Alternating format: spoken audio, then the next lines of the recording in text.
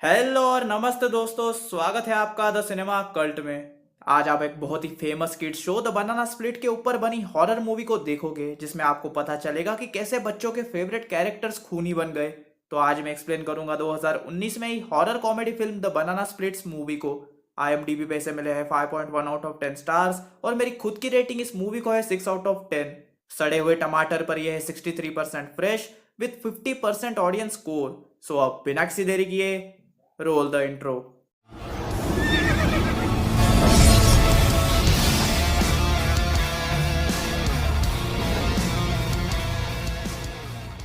Movie शुरू होती है हार्ली विलियम्स को दिखाते हुए, जो रात को एलिफेंट कॉस्ट्यूम पहनकर लिविंग रूम में अपनी माँ बेथ विलियम्स के पास जाता है, जो सोफे पर सो रही थी। वो नींद से जागती है और हार्ली को देखकर डर से चिल्लाती है, जिसे देखकर हार्ली भी साथ में चिल्लाता है। बेथ लाइट्स ऑन करती है, जहां हार्ली अपना मास्क उतारता है। बेथ के पूछने पर वो बताता है कि वो अपने बर्थडे की एक्साइटमेंट की वजह से सो नहीं पा रहा। फिर बेथ उसे अपने रूम में ले जाती है। उसके बाद वो अपने बड़े बेटे ऑस्टिन के रूम में जाती है और उसे घर देर से आने पर थोड़ा डांटती है, जिस पर ऑस्टिन कहता है कि अब वो 19 साल का हो गया है और जरूरी नहीं कि वो घर जल्दी आए। तो बेथ कहती है कि उसे उसकी चिंता है, जिस पर ऑस्टिन कहता है कि अगर उन्हें उसकी चिंता है तो ये सब वो उसके स्टेप डैड मिच विलियम्स को न बताए। इधर हार्ली के पेरेंट्स ने हार्ली के लिए सरप्राइज प्लान किया था, जिसमें वो टाफ्ट स्टूडियो जाने वाले थे बनाना स्प्लिट का लाइव शो देखने के लिए, जिसमें 4 एनिमेट्रॉनिक कैरेक्टर्स फीगल, बिंगो, ड्रूपर और स्नॉर्की थे। और ये हार्ली का सबसे ज्यादा फेवरेट शो था। और जिन्हें बनाना स्प्लिट्स के बारे में नहीं पता वो गूगल करके देख लो। अगली सुबह बेथ को कॉल पर पता चलता है कि डंकन, जो कि हार्ली का फ्रेंड था, उसकी तबीयत खराब होने के कारण वो स्टूडियो नहीं आ पाएगा। ये बात वो मिच को बताती है तो वो किसी और को इनवाइट करने के लिए कहता है, लेकिन कोई भी उस शो में इंटरेस्टेड नहीं था। ये सुनकर मिच शो को बकवास बोलता है। फिर बेथ कैसे भी करके हार्ली के क्लासमेट जोई को इनवाइट कर लेती है। नेक्स्ट सीन में हम ऑस्टिन को मिच के ड्रॉवर से पैसे चुराते हुए देखते हैं। तभी उधर मिच आ जाता है और चोरी छुपाने के लिए ऑस्टिन अपना एक मोजा दिखा के कहता है कि वो अपना एक मोजा ढूंढ रहा है। इसके बाद हम देखते हैं कि ऑस्टिन हार्ली को एक जादू की छड़ी गिफ्ट करता है, जिससे वो खुश हो जाता है। पर जब उसके पेरेंट्स बताते हैं कि वो बनाना स्प्लिट का लाइव शो देखने जा रहे हैं तो वो और भी खुश हो जाता है। फिर वो टाफ्ट स्टूडियो जाते हैं, जहां बहुत फैंस शो का इंतजार कर रहे थे, जिनमें हम एक यंग कपल थैड और पॉपी, उसके बाद एक मिडिल एज आदमी जोनाथन और उसकी बेटी पार्कर, जो कि एक परफॉर्मर बनना चाहती थी, उनको देखते हैं। फिर पेज, जो कि शो की होस्ट थी, और उसके असिस्टेंट डग आकर सबके मोबाइल अपने पास जमा करवा लेते हैं, क्योंकि अंदर मोबाइल अलाउड नहीं था। तभी हार्ली की नजर बनाना स्प्लिट के ग्रुप पर जाती है, जो गाड़ी से वहां पर आ रहे थे। हार्ली खुशी से उनके सामने जाता है और लगभग वो गाड़ी उसे उड़ा नहीं वाली थी, लेकिन एंड टाइम पर वो कैरेक्टर्स गाड़ी को रोक लेते हैं। जब पेज ऑस्टिन के पास मोबाइल लेने जाती है तो ऑस्टिन पेज का नंबर मांगता है, लेकिन पेज इंटरेस्टेड नहीं थी, जिस वजह से ऑस्टिन उससे माफी भी मांगता है। फिर यहाँ जब शो रेडी हो रहा था, एंडी, जो स्टूडियो का नया वाइस प्रेसिडेंट था, वो रेबेका, जो कि शो की प्रोड्यूसर थी, उससे कहता है कि ये बनाना स्प्लिट शो से उनके 1 डजन बनाना खरीदने तक के पैसे नहीं निकल रहे, क्योंकि ये शो एकदम बकवास और पुराना है और ये आखिरी शो होगा। फिर सब ऑडियंस के अपने सीट पर बैठने बाद पेज आकर बताती है कि जिसके टिकट के पीछे स्टार होगा वो शो के बाद बनाना स्प्लिट ग्रुप से मिल सकते हैं, और स्टीवी से भी, जो कि शो का पार्ट है। हार्ली बहुत उदास हो जाता है, क्योंकि मेरी ही तरह उसकी किस्मत में भी कोई स्टार नहीं था। बट एनीवेज, फिर शो शुरू होता है और कुछ देर में मिच शो से बाहर आ जाता है, बेथ को ये बोलकर कि वो ऑस्टिन को ढूंढने जा रहा है, जो थोड़ी देर पहले बाहर गया था। यहाँ पेज टीवी के पास जाती है, जो कि शो के नेक्स्ट पार्ट में जाने वाला था, लेकिन वो नशेड़ी ने तो इतनी पी रखी थी कि उसका कुछ भी नहीं हो सकता था। पेज उससे बात ही कर रही होती है, लेकिन तभी ऑस्टिन उधर आता है। ये देखकर स्टीवी उन दोनों को बाहर निकालकर दरवाजा लॉक कर देता है।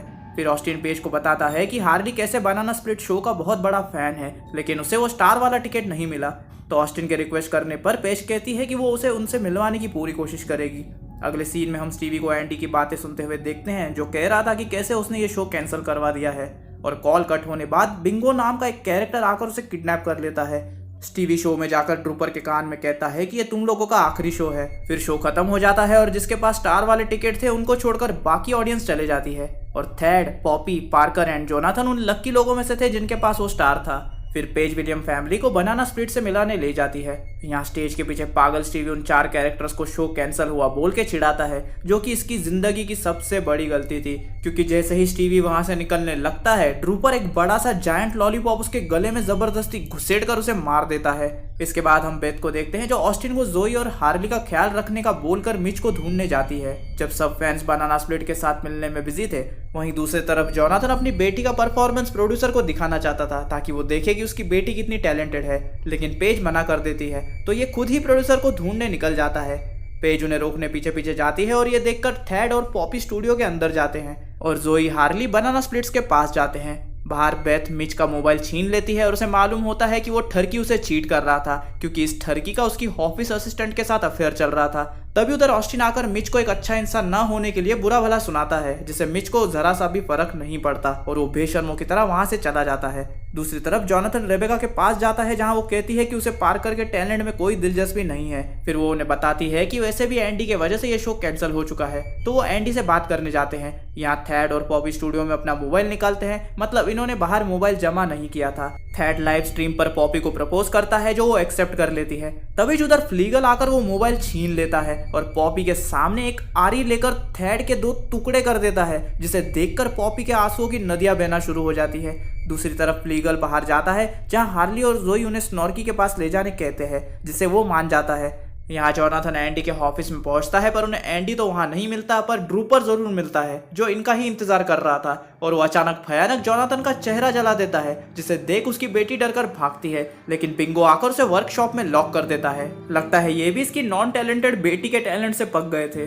बट एनीवेज, बाहर स्नॉर्की मिच के पीछे अपनी कार लेकर पड़ जाता है एंड जोई और हार्ली न दिखने की वजह से बेथ बहुत परेशान होती है। जोनाथन ऐसे तैसे बाहर आकर नीचे गिर जाता है और कहता है कि उसका ये हाल एक बनाना स्प्लिट ने किया है। ये सुनकर रेबेका पेज को 911 को कॉल लगाने बोलती है, लेकिन टेलीफोन काम नहीं करता और सारे मोबाइल फोन्स पहले ही बनाना स्प्लिट्स ने डिस्ट्रॉय कर दिए थे। यहाँ फ्लीगल जोई और हार्ली को पार्कर के साथ वर्कशॉप में लॉक कर देता है। बच्चों को ढूंढने के चक्कर में बिंगो ऑस्टिन के पीछे पड़ता है, लेकिन बेथ उसे ऊपर से धक्का देती है, जिससे ऑस्टिन बच जाता है। बेथ फिर पॉपी के पास पहुंचती है, जहां वो सदमे में जा चुकी थी, तो वो पॉपी को शांत करने की कोशिश करती है और बेथ के पूछने पर पॉपी बताती है कि हार्ली और जोई को फ्लीगल ले गया है, लेकिन कहाँ ले गया है नहीं पता। तो बेथ उसे समझाकर उनके साथ चलने बोलती है, ताकि वो उनकी मदद कर सके। दूसरी तरफ बच्चे ऐसे तैसे वर्कशॉप से बाहर निकलते हैं, लेकिन कार्ल, जो कि बनाना स्प्लिट्स का क्रिएटर था, वो उन्हें जाने नहीं देता। तो हार्ली एक मेटल की चीज उसके सर पर मारकर उसे उसके ही वर्कशॉप में लॉक कर देता है। इधर बाहर रेबेका और जोनाथन को जबरदस्ती बनाना स्प्लिट का स्लॉपी टाइम कोर्स वाला गेम खेलना पड़ता है, जिसमें चाहे वो दोनों हारे या जीते, लेकिन सजा तो उन दोनों को ही मिलेगी। इसी के साथ फ्लीगल और ड्रूपर एक चाबी जोनाथन के अंदर घुसाकर उसे मार देते हैं और फिर वो रेबेका को एक हथौड़ा सर पे मार के उसकी भी जान ले लेते हैं। दूसरी तरफ जोई, हार्ली और पार्कर को स्नॉर्की मिलता है, जो बाकी स्प्लिट से अच्छा था। वो इससे मदद मांगते हैं, जिसके लिए वो मान जाता है और हार्ली का हाथ पकड़कर उन्हें साथ ले जाता है। फिर हम बेथ, पेज, ऑस्टिन और पॉपी को देखते हैं, जो कार्ल के पास जाकर बनाना स्प्लिट्स को रोकने का तरीका पूछते हैं। कार्ल कहता है कि इन्हें रोका नहीं जा सकता, क्योंकि शो को किसी भी हालत में चलाते रहना इनकी प्रोग्रामिंग में है और शो का चलना जरूरी है। ये सुनकर सब बच्चों को ढूंढने चले जाते हैं, लेकिन पॉपी उधर ही पड़ा एक मास्क पहनती है, जो कि 5th बनाना स्प्लिट हूटी के लिए कार्ल क्रिएट कर रहा था। वो पहनने के बाद पता नहीं इसको क्या होता है और वो कार्ल की ही जान ले लेती है। यहाँ बाकी पलटन जब सारे बच्चों को ढूंढ रहे होते हैं, तभी उन्हें एक रूम में सारे ऑडियंस की डेड बॉडीज मिलती है, जिसे देखकर इनके होश उड़ जाते हैं। फिर उन्हें कुछ बच्चे दिखते हैं जो जबरदस्ती बनाना स्प्लिट्स का शो देख रहे थे। तब उधर स्नॉर्की हार्ली और दूसरे 2 को बाकी बच्चों के साथ बांध देता है, लेकिन हार्ली उसे रिक्वेस्ट करता है तो स्नॉर्की उसे चाबियां दे देता है, जिसके बाद हार्ली खुद को और दूसरों को आजाद कर देता है। तभी बेथ और बाकी पलटन वहां पहुंच जाते हैं एंड बेथ फिर पेज और ऑस्टिन को बच्चों को बाहर ले जाने कहती है और वो सीधा फ्लीगल पर अटैक करती है, तो ड्रूपर उसको गले से पकड़ते हुए उठाकर फेंक देता है। ऑस्टिन आकर फ्लीगल को मार देता है, लेकिन ड्रूपर उन दोनों पर एक साथ वार करता है। ये देखकर हार्ली गिफ्ट में मिली हुई उसकी जादू की छड़ी बेथ की तरफ फेंकता है, जो बेथ सीधा ड्रूपर के अंदर घुसेड़ देती है और वो वहीं नर्क सिधार जाता है। फिर जब बेथ, ऑस्टिन और हार्ली स्टूडियो के बाहर निकल रहे थे, वो बिंगो और स्नॉर्की को लड़ते हुए देखते हैं और वो दोनों कैरेक्टर्स एक दूसरे को ही मार देते हैं। पर जब स्नॉर्की अपनी आखिरी सांसें ले रहा होता है, तब हार्ली स्नॉर्की के पास आकर बोलता है कि सारे बनाना स्प्लिट ग्रुप में स्नॉर्की उसका सबसे फेवरेट है और हमेशा रहेगा। फिर वो बाहर आ जाते हैं, जहाँ पुलिस और इमरजेंसी वर्कर्स थे, और अब फिर एक बार ऑस्टिन पेज से उसका नंबर मांगता है, तो वो उसे सीधा किस कर लेती है। उधर मिच आकर बेथ से कहता है कि कैसे उसका एक्सीडेंट हुआ और उसे रियलाइज हुआ कि वो उससे बहुत प्यार करता है, बट बेथ उसे एक जोर का पंच मार के उससे डिवोर्स मांगती है। फिर मिच बेथ के पंच के झटके से उठा ही था कि तभी पॉपी आकर सीधा उसे कार से उड़ा देती है एंड मूवी यहीं खत्म हो जाती है। अब बात करते हैं इस मूवी के थ्योरी के बारे में। दरअसल कार्ल, जिसने बनाना स्प्लिट को बनाया था, उसने बनाते वक्त उन्हें ऐसे प्रोग्राम किया था जिससे वो हमेशा शो को परफॉर्म करते रहें, चाहे कुछ भी हो। और अगर बनाना स्प्लिट को बताया गया कि उनका शो कैंसिल हो चुका है, तो वो लोग बच्चों के माँ बाप को मार के जबरदस्ती उनके बच्चों को कैदी बना के रखेंगे और उनके सामने अपना शो परफॉर्म करते रहेंगे। एक्चुअली उन्हें सिर्फ कंटिन्यूसली शो परफॉर्म करने के लिए प्रोग्राम किया गया था, पर शायद बनाना स्प्लिट ने इसका कुछ अलग ही मतलब निकाल लिया। ये सेम उसी तरह है जैसे अवेंजर्स एज ऑफ अल्ट्रॉन में टोनी ने अल्ट्रॉन को दुनिया की शांति और सुरक्षा के लिए प्रोग्राम किया था, पर अल्ट्रॉन ने भी उसका अलग मतलब निकाल लिया था और वो अवेंजर्स का ही दुश्मन बन गया। इसलिए बनाना स्प्लिट रुकने वाले नहीं थे और उनके खूनी खेल को रोकने का यही तरीका था कि उन्हें मार दो, नहीं तो वो बाकियों को मार देंगे। पर हमने देखा कि स्नॉर्की बाकी बनाना स्प्लिट से थोड़ा अच्छा था, इसलिए उसने हार्ली और जोई की मदद की। लगता है उसके सिस्टम में बाकी बनाना स्प्लिट की तरह सड़ा हुआ बनाना नहीं था। और एंड में हमने देखा कि पॉपी ने भी लोगों को मारना शुरू कर दिया था। तो अगर आपको लग रहा है कि अपने होने वाले पति की मौत से उसे सदमा लगा इसलिए उसने ये सब किया, तो ऐसा बिल्कुल नहीं है। आपने एंड में देखा होगा कि उसने बनाना स्प्लिट से बचने के लिए वहां पड़ा एक कॉस्ट्यूम पहन लिया था, जो कि बनाना स्प्लिट के 5th मेंबर हूटी के लिए था। और जाहिर सी बात है उसे भी बाकी बनाना स्प्लिट की तरह ही प्रोग्राम किया गया होगा, जिस वजह से जैसे ही उसने वो कॉस्ट्यूम पहना वो उसके कंट्रोल में आ गई और लोगों को मारने लगी। और अब जब तक कोई उसके ऊपर से वो कॉस्ट्यूम या हेलमेट नहीं निकालेगा वो तब तक उसी के कंट्रोल में रहेगी। एंड इसी के साथ ये था मेरा द बनाना स्प्लिट मूवी का complete explanation with theories and details. और अगर वीडियो पसंद आया हो तो प्लीज वीडियो को एक लाइक कर दो। आपको एक्सप्लेनेशन कैसा लगा मुझे कमेंट सेक्शन में बताओ। इस वीडियो को अपने कार्टून दोस्तों के साथ कार्टून लवर दोस्तों के साथ शेयर करो। एंड अगर चैनल पर नए हो तो चैनल को सब्सक्राइब करके बेल नोटिफिकेशन ऑन कर लो, क्योंकि सिर्फ यहाँ पे आपको यूनिक हॉरर मूवीज देखने मिलेंगी। एंड अगर आपको जानना है कि मेरे आने वाली वीडियोस किस मूवी पर होने वाली है या आपको मीम्स देखना पसंद है तो मुझे इंस्टाग्राम पे फॉलो करो। एंड अगर आपको मेरी प्रीवियस मूवीज के लिंक्स चाहिए तो मेरे टेलीग्राम चैनल को सब्सक्राइब करो। दोनों का लिंक आपको डिस्क्रिप्शन में मिल जाएगा।